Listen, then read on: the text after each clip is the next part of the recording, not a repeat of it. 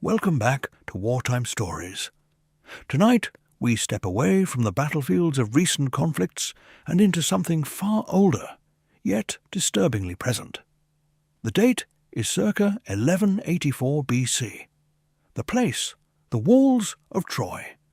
Two warriors, legends etched into history and myth, face off in single combat that decided the fate of empires. Achilles, the near-invincible Greek hero driven by rage over his fallen comrade Patroclus. Hector, the noble Trojan prince, defender of his city, his family, his honour. Their duel, brutal, personal, eternal, ended with Hector's body dragged in the dust behind Achilles' chariot. A moment of glory for one, tragedy for the other. But what if that rage, that honour, that violence never truly ended? What if the echoes of bronze on bronze, the cries of defiance, the final gasp under the walls? I found a new home thousands of years later. Fort Leavenworth, Kansas. Established in 1827, it's the oldest active army post west of the Mississippi. Home to the Command and General Staff College, the United States Disciplinary Barracks, and layer upon layer of military history. From frontier skirmishes to Civil War prisoners, to modern soldiers training for today's wars. The base has a documented reputation. Nearly 36 buildings said to be haunted. Phantom footsteps in historic quarters. Voices in empty guard towers. Apparitions of long-dead soldiers still pacing their posts. And in one particular set of old barracks, a 3-story brick structure dating back to the early 20th century, repurposed for transient personnel and training cadre. Something stranger has been reported in recent years. Not just the usual ghosts of hanged prisoners or lost cavalrymen. Witnesses describe warriors, bronze armour glinting in low light, a towering figure with rage in his eyes, another shield raised calling out in what sounds like ancient Greek, scenes of single combat replaying in the dead of night, as if the siege of Troy itself has taken up residence. These are not campfire tales. These are first-hand accounts from soldiers, NCOs, junior officers, MPs, men and women trained to observe, report, and stay calm under pressure. Yet even they question their sanity after lights out in those halls. Tonight we bring you their stories. 7 chapters, 7 nights, 7 brushes with something ancient and unrelenting. Let's begin. Sponsor segment. Approx. To 180 words. Placeholder. Upbeat but respectful transition. Before we dive deeper into the shadows of Fort Leavenworth, take a moment to thank our sponsor. Sponsor name has been supporting the military community with product service, e.g. premium tactical gear, stark quality supplements, Jack's secure comms apps, designed for those who serve. Whether you're in the field, training stateside, or just holding the line at home station, they deliver reliability you can trust. Use code WARTIME at checkout for discount offers. Thanks to them for helping keep stories like these coming. Now back to Fort Leavenworth, where the past refuses to stay buried. Chapter 1. The First Watch. Echoes in the hallway. Approximately 1,100 words. This is Sergeant First Class Ramirez. I was TDY to Leavenworth for CGSC prep in late 2022.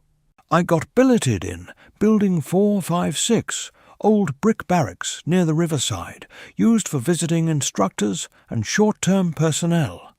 3rd floor, room 312. Standard setup. 2-man room, bunk beds, wall lockers, shared latrine down the hall. First night was normal. Jet lag, paperwork, hit the rack around 2300. Around 0230, I woke to footsteps. Heavy, deliberate, like someone in boots walking the hallway. Not unusual. Other rooms had guys coming off duty, but they stopped right outside my door. Then, nothing. No door open, no flush, no sink. Just silence. Next night, same time. Footsteps again. This time they paced back and forth like a sentry on post. I got up, cracked the door. Hallway empty, lights dimmed for night. But the air felt thick, like before a storm. I closed the door, locked it, tried to shake it off. Third night. Footsteps. I pacing. Then a low voice. Not English, deep, guttural, rhythmic, like a chant or a challenge. Sounded like Achilles. I froze. Then another voice answered, defiant, proud. Couldn't make out words, but the tone was clear. Refusal, honour, stand your ground. I reported it to the barracks manager the next day. He laughed it off. Old building, pipes, echoes from downstairs. But his eyes didn't laugh. Week later, I pulled CQ, charge of quarters. Midnight to 0600. Desk in the lobby, monitors for the halls. Around 0145, motion on camera 3, third floor corridor. 2 figures. Tall, armoured, bronze-looking breastplates, greaves, one with a tall crest on his helmet. One dragged something behind him, like a body. They moved slow, deliberate, then vanished at the end of the hall. I ran up. Empty. But on the floor, fresh scuff marks, like something heavy had been pulled, and a smear, dark, wet, smelled like copper. Blood? I don't know. I cleaned it, wrote it up as vandalism. But I know what I saw. That was just the beginning. Whatever's in those halls, it's replaying something ancient. And it's not done. Chapter 1, The First Watch. Echoes in the hallway. This is Sergeant First Class Miguel Ramirez, U.S. Army. I was at Fort Leavenworth, Kansas, from September through December 2022 on temporary duty for Command and General Staff College preparatory coursework. They billeted me in Building 456, one of the older brick barracks on the installation. 3 stories tall, built sometime in the early 1900s, but renovated enough to house transient personnel, instructors, and short-term training cadre like me.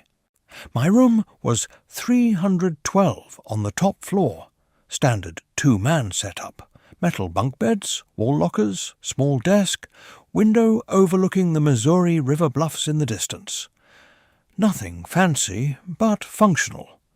Lights out by 2300 most nights because the coursework was brutal. The first couple of nights were uneventful. Jet lag, endless reading packets, PT at 0500. Repeat. I slept hard. Then on the third night, October 12th, I still remember the date because I marked it in my green notebook later. I woke up at approximately 0237 to footsteps. They were heavy, deliberate, military cadence. Boot heels on tile, not carpeted hallway. Each step echoed slightly, like the corridor was acting as a sounding board.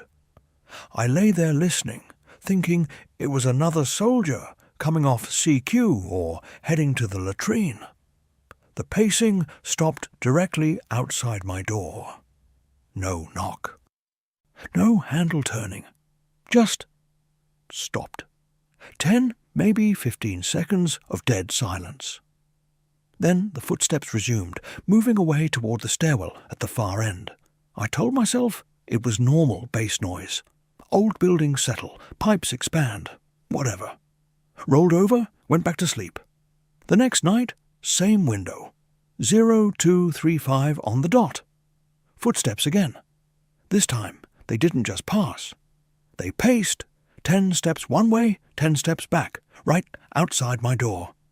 Slow, measured, like a guard walking post in front of a sensitive item. I sat up in the bunk, heart rate climbing. Grabbed my phone, checked the time, hit record on voice memo just in case. Nothing but the pacing for almost 2 full minutes. Then a low voice, deep, gravelly, not quite English. It sounded like a single word stretched out. Achilles. Repeated twice, slow, deliberate. And then another voice answered from farther down the hall. Sharper, proud, defiant. Couldn't make out the words, but the tone was unmistakable. Challenge accepted. Stand your ground. I will not yield. I threw the blanket off, crossed the room in 3 steps, cracked the door. Hallway empty. Emergency lights only, dim orange glow. No one. Air felt wrong. Thick, charged, like right before lightning hits. I closed the door, quietly, locked it, sat on the edge of the bunk, staring at the wall locker for the rest of the night. Didn't sleep. Next morning, I mentioned it casually to the barracks manager, a civilian GS9 who'd been there 15 years. Old building, he said with a half-smile. Radiators clank, echoes carry funny. You'll get used to it. His eyes didn't match the smile. He looked away too quickly. I pulled charge of quarters duty the following week, midnight to 0600. Desk in the first floor lobby, bank of grainy black and white monitors watching the corridors. Around 0148, I glanced at camera feed 3, 3rd floor hallway. My floor. 2 figures appeared at the far end near the stairwell. Tall, armoured, bronze-looking chest plates catching what little light there was, greaves on their shins, one helmet with a tall horsehair crest swaying as he moved. The bigger one, broad shoulders, long dark hair, held a rope in his hand. Behind him, something dragged across the floor. A body, limp, face down. They moved slowly, methodically toward the camera. No sound on the feed, just the visual. I stared. Coffee forgotten. Then, both figures simply dissolved, like smoke in wind, gone between one frame and the next. I bolted up the stairs, boots pounding, reached the 3rd floor corridor. Empty, fluorescent lights buzzing overhead. But on the tile, fresh scuff marks, long parallel streaks exactly where the body would have been dragged, and at the end of the marks, a small smear. Dark. Wet. I crouched, touched it. Sticky. Smelled faintly metallic. Copper. Blood. Something. Ancient. I cleaned it with paper towels from the janitor closet, wrote it up in the CQ log as possible vandalism/unknown substance on floor. Took photos with my phone. Never showed anyone the photos. Didn't know how to explain them. That was the first night I realized whatever walks those halls isn't from this war, or the last one, or even the Civil War ghosts people whisper about at Leavenworth. It's older, much older, and it's replaying something that ended 3,000 years ago, right where I sleep. Chapter 2. The Duel in the Day Room. This is Specialist Ethan Hayes, 1st Battalion, 75th Ranger Regiment. I was at Fort Leavenworth from March to July 2023 on a specialized instructor development course. Basically, they were training us to teach small unit tactics to future field-grade officers. Same building as Sergeant Ramirez. 456, 2nd floor, room 208. By then, the rumours were already circulating quietly among the transient guys. Footsteps at 0230. Drag marks that appeared overnight. Someone even claimed they heard bronze clanging like old weapons. Most of us wrote it off as sleep deprivation and too much caffeine. I was no different. One Thursday night, I want to say late April, around the 27th, I came back from a long day of land nav practicals and classroom briefs. PT at 0500, range all morning, then 8 hours of lesson plan reviews. I was beat. Around 2145, I decided to hit the first floor day room for a quick energy drink and maybe 10 minutes of mindless TV before rack time. The day room was standard garrison issue. 2 pool tables, a couple of worn couches, wall-mounted TVS that usually played ESPN or the news, vending machines humming in the corner, fluorescent lights that flickered when the AC kicked on. I pushed through the double doors. Lights were dimmed to half. Night mode to save power. No one else around. The TVs were off, remotes sitting on the tables. I walked toward the Coke machine, coins in hand. Then I heard it. Metal on metal. Not the sharp crack of modern rifles or the metallic clank of PT gear. This was deeper, heavier, sword against shield, spear tip scraping across bronze. A single, deliberate clash, pause, then another. Like sparring, but angry. Purposeful. I froze mid-step, looked around. Nothing. No one had snuck in behind me. The TVs were black, no headphones left plugged in anywhere.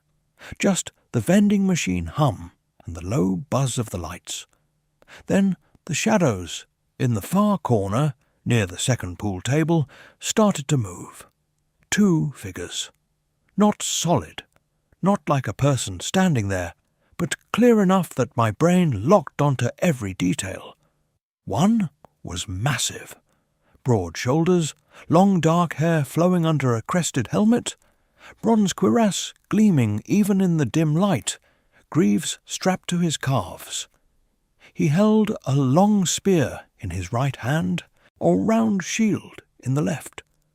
Rage poured off him like heat from asphalt in summer. The other figure was leaner, more controlled, tall crest on his helmet, round shield emblazoned with some kind of device I couldn't make out. Short sword already drawn. Noble stance. Defiant. They fought. No sound except the weapons colliding. Thrust. Parry. Dodge. The big one. Achilles, my mind supplied unbidden, lunged forward with the spear. The other, Hector, raised his shield, took the blow square, staggered back 2 steps, counter-thrust with the sword. Achilles twisted, deflected it with his own shield rim. They circled the pool table like it was the plain before the Scaean gates. Every movement, precise, brutal, rehearsed 1,000 times, yet still full of fury. Then the killing stroke. Achilles feinted high, drove low. The spear punched through Hector's neck just above the collarbone. Hector's hands flew to the wound. His sword clattered to the floor. He dropped to one knee, eyes wide with shock and pain. Achilles stepped forward, grabbed the ankles with one hand, looped a rope around them, rope that hadn't been there a second before, and began dragging the body. Around the pool table, slow circles. The body bounced over the green felt, head lolling, arms trailing. 3 full laps before Achilles stopped, looked straight ahead, straight through me, and vanished. Both of them. Gone. Shadows back to normal. I stood there, breathing hard, soda can forgotten in my fist. The room was dead quiet again. I backed out slowly, never taking my eyes off the corner. Up the stairs, into my room, locked the door. Sat on my bunk, staring at the wall. Next night, I avoided the day room completely. Ate an MRE in my room instead. But 2 nights later, CQ stuck me on night duty down there. 0200. I sat at the small desk they set up near the TVS, logbook open, trying to focus on nothing.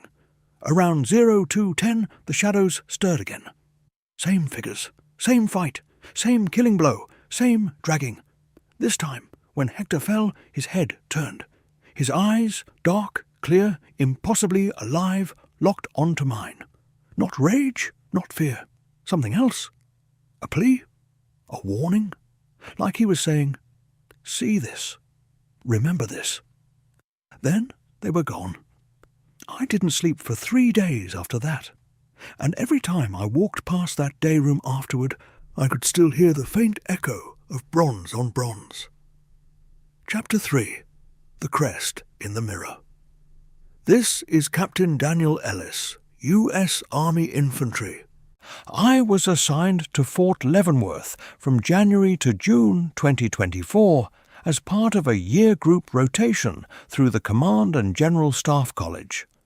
By then, the stories about Building 456 had spread beyond the transient barracks crowd. NCOs swapped quiet warnings over Chow Hall coffee. Junior officers pretended not to listen, but checked their doors twice at night. I dismissed most of it. I'd served 2 combat tours, one in Afghanistan, one advising in Syria. Ghosts? I'd seen real horrors, old buildings make noise. That's all. I was billeted in room 405, 4th floor, corner unit, single occupancy because of rank. The communal bathroom was at the end of the hallway. 4 sinks, 4 stalls, 4 showers, big wall-to-wall mirror above the sinks. Standard army setup. I made it a habit to shave at 0400 before PT formation. Quiet hour. No one else usually around. Lights were always on low at that time. Motion sensors kept them dim unless you waved. February 14th, 2024. Valentine's Day, though it meant nothing on post. I was up at 0350, grabbed my kit, walked the empty corridor. Stepped into the bathroom. Steam from someone's earlier shower still lingered on the mirror. I turned on the hot tap, let it run, wiped a clear circle with my forearm. That's when I saw it. In the reflection, over my right shoulder, a tall horsehair crest, black and red, swaying slightly as if caught in a breeze that wasn't there. No head, no body, just the crest floating at helmet height, maybe 6 feet up. I froze, razor halfway to my face, blinked hard. It stayed. Then the face appeared beneath it, bearded, strong jaw, dark eyes that looked ancient, weary, resolute. The face of a man who had stared down armies and still chosen to stand. Hector. I knew it the instant I thought the name, though I hadn't read the Iliad since college. The features sharpened, high cheekbones, scar along the left temple, lips parted like he was about to speak. I spun around. Nothing. Empty bathroom. Tiles gleaming under the fluorescence. Door still closed. No sound but the drip of the faucet. I turned back to the mirror slowly. The crest was gone. The face was gone. But now the entire reflection had changed. The mirror no longer showed the bathroom behind me. It showed open ground, dusty plain, distant walls of a great city burning at the edges. 2 figures locked in combat. The larger one, Achilles, spear raised high. The other, Hector, shield forward, sword drawn back for the parry. They moved in slow, silent motion.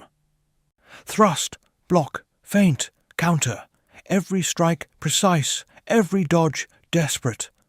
I watched, unable to look away, as Achilles drove forward, feinted left, then plunged the spear low and true, through the gap in Hector's armour at the throat.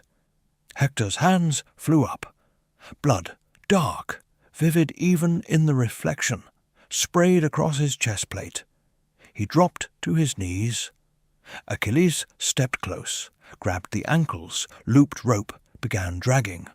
The body bounced across the dirt, arms trailing, helmet crest dragging in the dust. The scene looped again. Same killing blow, same dragging. No sound. Just the visual repeating like a film strip caught in the gate. My hand shook. The razor clattered into the sink. I backed away until my shoulders hit the stall partition. The mirror snapped back to normal. Just me, pale, staring wide-eyed at my own reflection. Steam gone. No crest. No duel.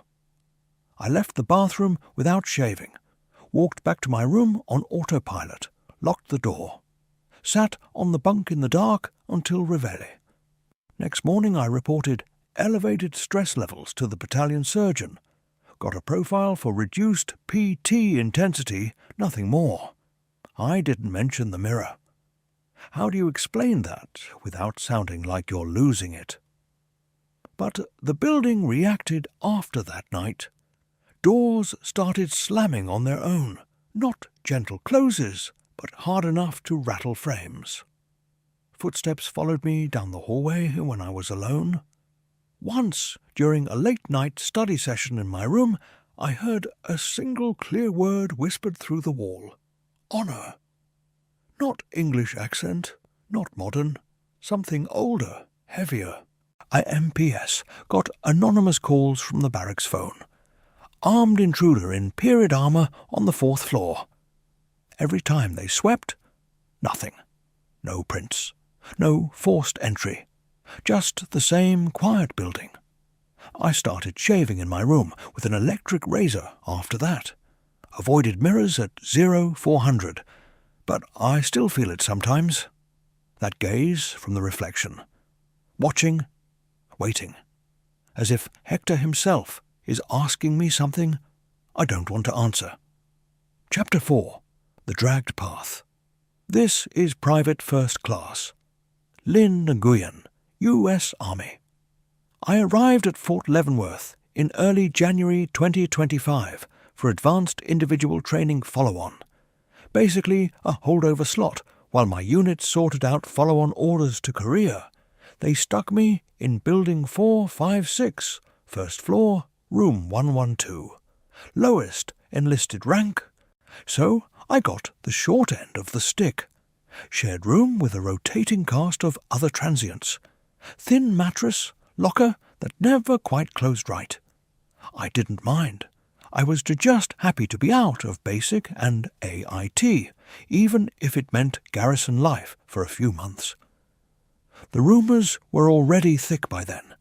Everyone knew about the footsteps, the day-room shadows, the mirror thing on the 4th floor. People joked about it during chow, but no one laughed too loud after lights out. I tried to stay out of it. Head down, do my PT, study my soldier's manual, keep my nose clean. Then I started noticing the marks. Every morning, without fail, there were fresh scuff lines on the 3rd floor hallway tile. Long, parallel streaks. 2 of them, about shoulder width apart, running the full length of the corridor. Not random scratches. Methodical. Like something heavy had been pulled, heel first, over and over. Maintenance blamed it on rolling chairs or equipment carts left out overnight. But the marks always appeared between 0200 and 0500, when the building was locked down and no one was authorized to move furniture. And they were always exactly the same length. I paced it out one morning with my boot. 360 feet. One full loop around the entire 3rd floor perimeter, start to finish. I reported it to the barracks NCOIC. He shrugged. Kids playing pranks, or ghosts dragging their drama around again. He said it like a joke, but he stopped walking the 3rd floor alone after dark. One night, March 18th, 2025. I couldn't sleep. Jet lag from a red-eye out of Dallas. Plus, the room smelled like old gym socks and someone's microwave popcorn. Around 1:30, I gave up. Grabbed my phone and a water bottle. Decided to do a slow walk of the building to burn off the restlessness. I took the back stairwell up to 3, figuring I'd check the laundry room for my PT uniform I'd left in the dryer earlier. The hallway was dead quiet. Emergency lights only, dim orange strips along the baseboards. I turned left toward the east wing. That's when I saw them. 2 figures at the far end near the fire exit. The bigger one, broad, armoured, long hair under a crested helmet, held a rope in both hands. The rope trailed behind him taut. Attached to it, face down, was the other figure. Limp. Bronze greaves scraping the tile. Helmet crest dragging, horsehair matted and dirty. Achilles dragging Hector. Slow. Deliberate. 1 step at a time. The body bounced slightly with each pull. Arms splayed, or fingers curled like they'd been clutching at the ground. I stopped breathing. My water bottle slipped from my hand, hit the floor with a soft plastic thud. They didn't react, just kept moving. Past room 301, past 305. Around the corner toward the west stairwell. Then I saw the trail. Fresh drag marks, darker than the scuffs I'd seen in daylight. Wet, shining under the orange light. I took 1 step forward. The smell hit me. Copper, iron, something burnt and old. Blood, not modern blood. Thicker, ancient. I followed. Stupid, I know, but my feet moved on their own. 10 yards, 20. The figures stayed ahead, never speeding up, never looking back. At the west stairwell, they turned the corner, rope still taut, body still scraping. I rounded it after them. Empty hallway. No one. No rope. No body. But the drag marks continued, fresh, wet, curving around the next stretch of corridor. Exactly where they'd been every morning. I crouched, touched one of the streaks. My fingertip came away, red-black, sticky, real. I bolted, down the stairs, back to my room, locked the door, sat on my bunk shaken until dawn. Next morning, the marks were there again. Same loop, same length. Maintenance came with a mop and bleach. By lunch, they were gone. But I knew they'd be back. After that, I started hearing the rope, a faint, rhythmic creak in the walls at night, like fibres twisting under weight. And once, just once, when I was alone in the hallway at 0300, I heard a low, broken whisper from the empty corridor behind me. Remember the walls. Remember. I didn't look back. I just walked faster. I still check the 3rd floor every morning before formation. The marks are always there, waiting. I like the siege and never really ended. Chapter 5. The Challenge. Accepted. This is Staff Sergeant Carlos Morales, U.S. Army. I was at Fort Leavenworth from October 2025 through March 2026, attached to the Maneuver Support Center for a Functional Area Qualification course in Force Protection. Building 456 again, 3rd floor this time, room 318. By then, the stories had become barracks legend.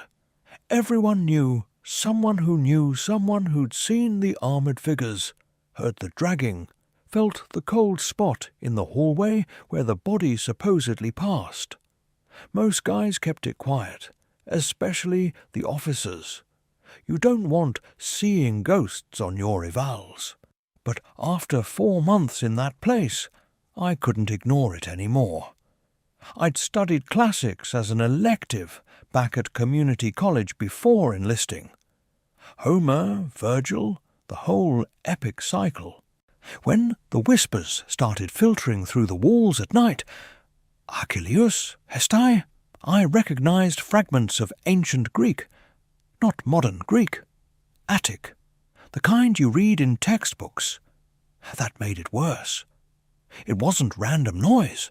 It was language, intentional, personal. December 9th, 2025. I pulled mid-watch security detail 0000 to 0400, walking the interior corridors as part of the post's heightened force protection posture after a vague threat bulletin from Tredoc. Just me, my flashlight, radio clipped to my plate carrier, and the quiet hum of the building settling. Third floor was my assigned sector. Around 0215, the whispers started again. Louder this time, clearer, coming from the east wing near the fire exit. I keyed my radio low. Post 3, this is Morales. Hearing voices in Corridor 3 East. Checking it out. Dispatch acknowledged, told me to report back in 5.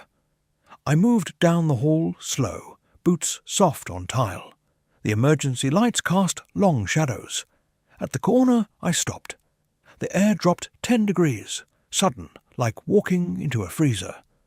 Then the voice rang out, deep and commanding. In Greek, I could just barely pass from memory. Achilles, devorithi, andri makeste. Achilles, come forth. Fight me like a man. It wasn't a recording. It wasn't piped through speakers. It vibrated in my chest like someone had spoken directly into my sternum. I rounded the corner. He was there. Hector. Full bronze panoply. 8-foot ash spear, tipped with iron. Round hoplite shield, bossed with what looked like hammered bronze. Tall horsehair crest, swaying on his Corinthian helmet. He stood in the middle of the hallway, feet planted, shield forward, spear levelled. Not translucent, not shadowy. Solid enough that the light bent around the edges of his armour. His eyes, dark, steady, ancient, locked onto mine. He didn't speak again, just nodded once, slow, deliberate, like an invitation, or a question. Are you going to stand, or run? Before I could decide, the other end of the hallway erupted. Achilles. Massive. Rage radiating off him in waves you could almost see. Same bronze gear, but dented, scarred, streaked with old blood. Long dark hair, wild under his helmet. Spear already cocked back. He charged, not running, striding, each step shaking the floor just enough to rattle the fire extinguisher brackets on the wall. They met 10 feet in front of me. Bronze clashed, spear on shield. The impact rang like a hammer on an anvil, loud enough my ears rang. No blood yet, just fury. Hector parried, thrust, dodged. Achilles pressed, relentless. Feint high, strike low. Hector twisted aside, countered with a sweeping cut of his own sword. They circled. The hallway seemed to stretch, walls fading at the edges, floor turning to packed earth under my boots. I couldn't move, couldn't breathe right. My hand rested on my sidearm, but what good was 9 millimeters against bronze from 3,000 years ago? The fight accelerated. Achilles roared, silent roar, mouth open wide, and drove his spear forward. Hector raised his shield too late. The point punched through the lower edge of the shield, grazed his thigh, then found the gap at the throat. Hector staggered. Hands flew to the wound. Dark blood welled between his fingers. He dropped to one knee. Achilles stepped in close, grabbed the ankles, looped rope, began dragging. That's when Hector reached out. Not toward Achilles, toward me. His hand, calloused, blooded, impossibly cold, passed straight through my chest. No pain, just freezing pressure, like plunging into an ice bath. For 1 second, our eyes met again. No plea this time, just recognition. As if he saw every choice I'd ever made in uniform, every stand, every retreat, every moment I questioned if honor still meant anything. Then they were gone. Hallway empty. No marks, no blood. Just me, standing alone, flashlight shaking in my hand, heart slamming against my ribs. I finished my watch, filed the report as unusual auditory phenomena, no visual contact. Didn't mention the rest, but after that night, I never walked the third floor without feeling watched.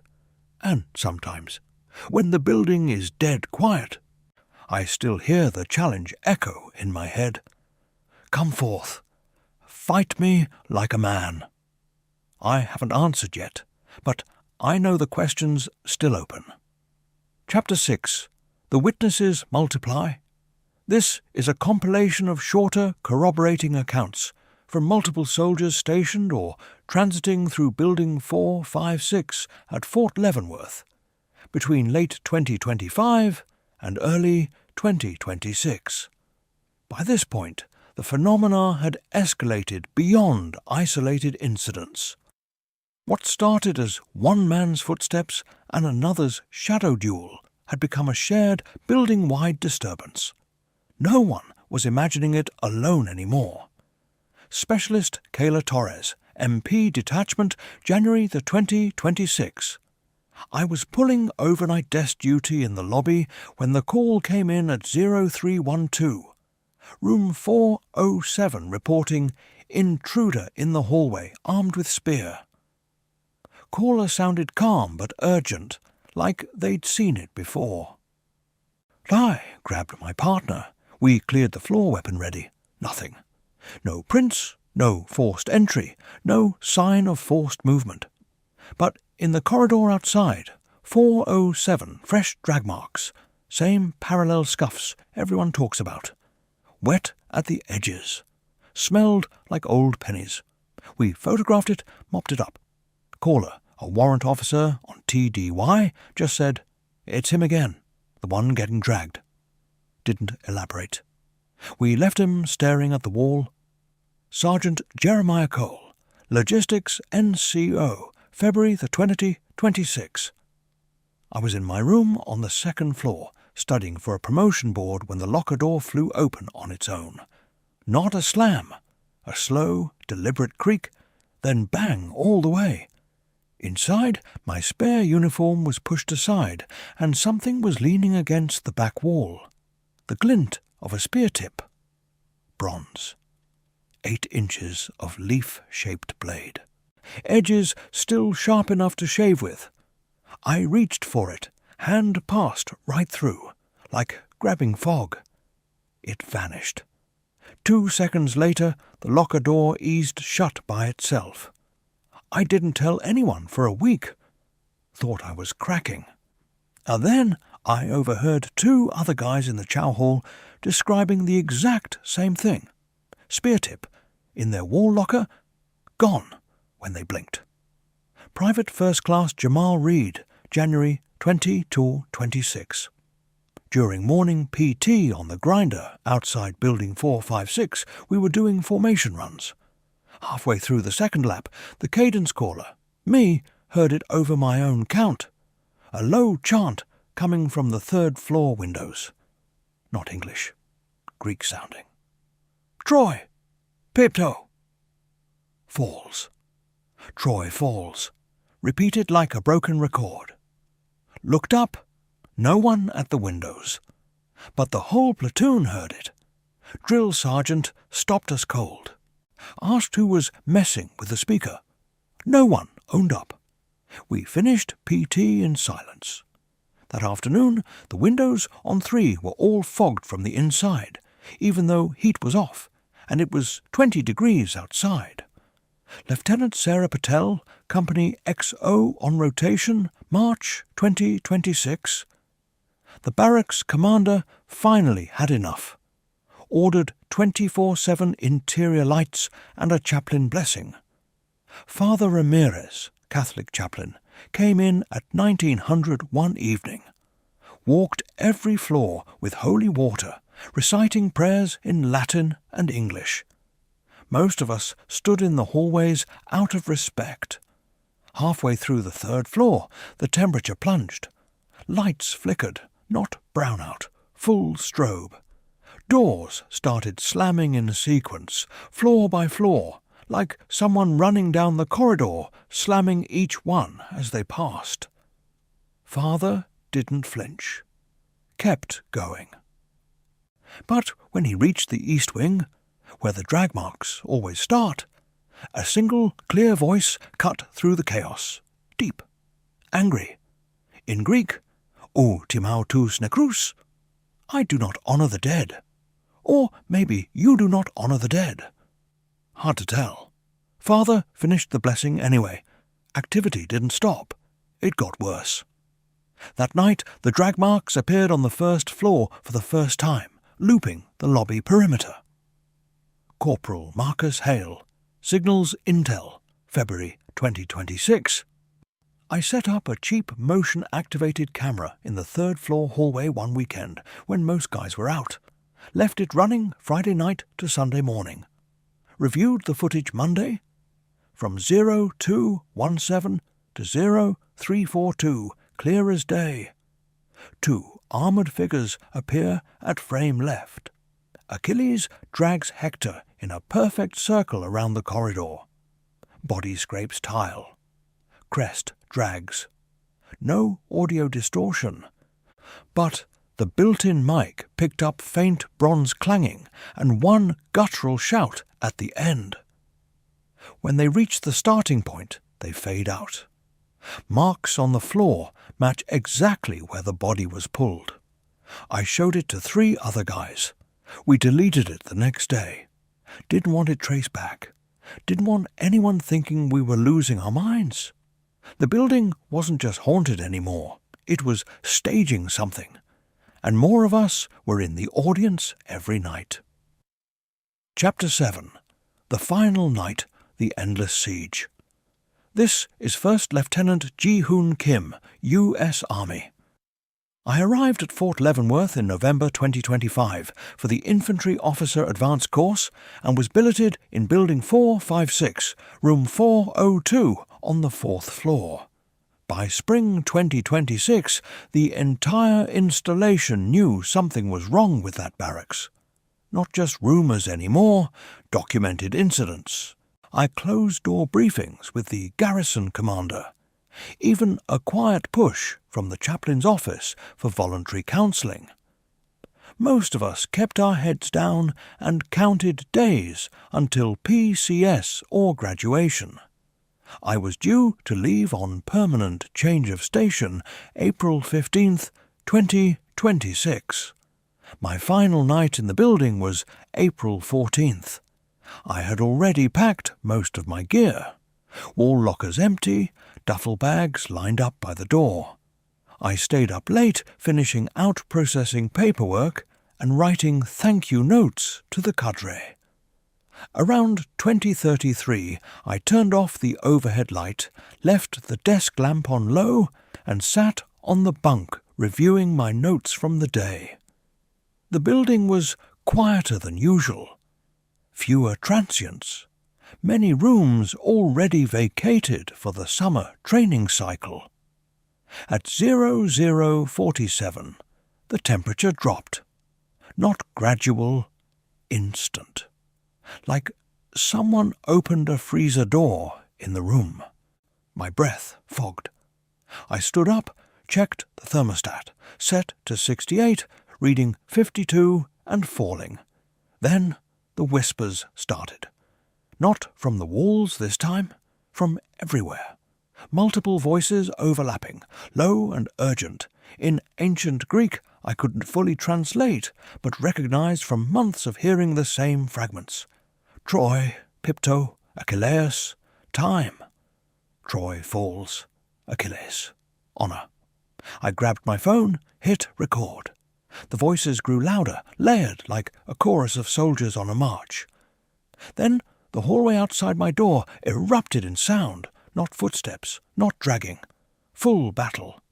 Bronze clashing, shields cracking, grunts of effort, the wet thud of spear on flesh. Real volume. Loud enough I thought the floor below would wake up and call the MPS.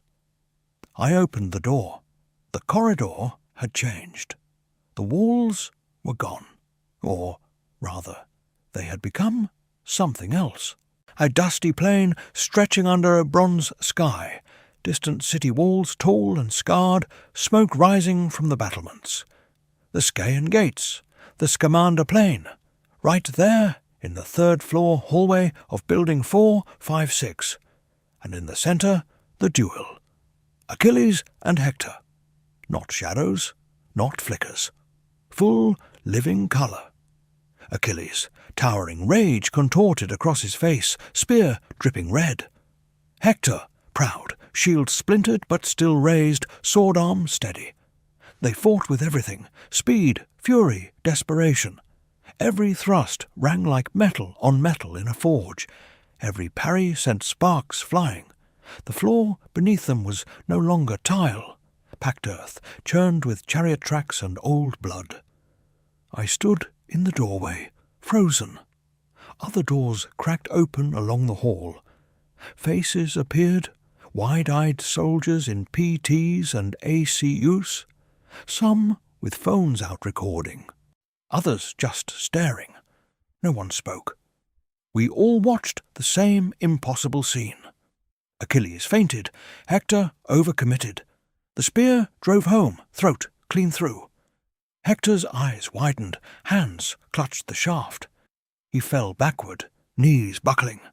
Achilles stepped forward, yanked the spear free, then grabbed the ankles. Rope materialized in his hands. He tied, pulled, began the drag. But this time it was different. As the body scraped across the dirt, past my doorway, past the other open doors, Hector's head turned, slowly, deliberately. His dark eyes passed over every face in the corridor, over mine.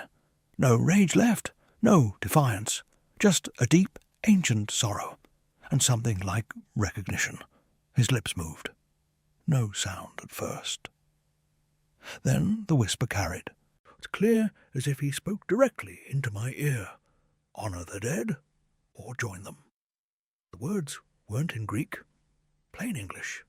Cold. Final. The procession continued. Around the corner, down the invisible circuit of the floor.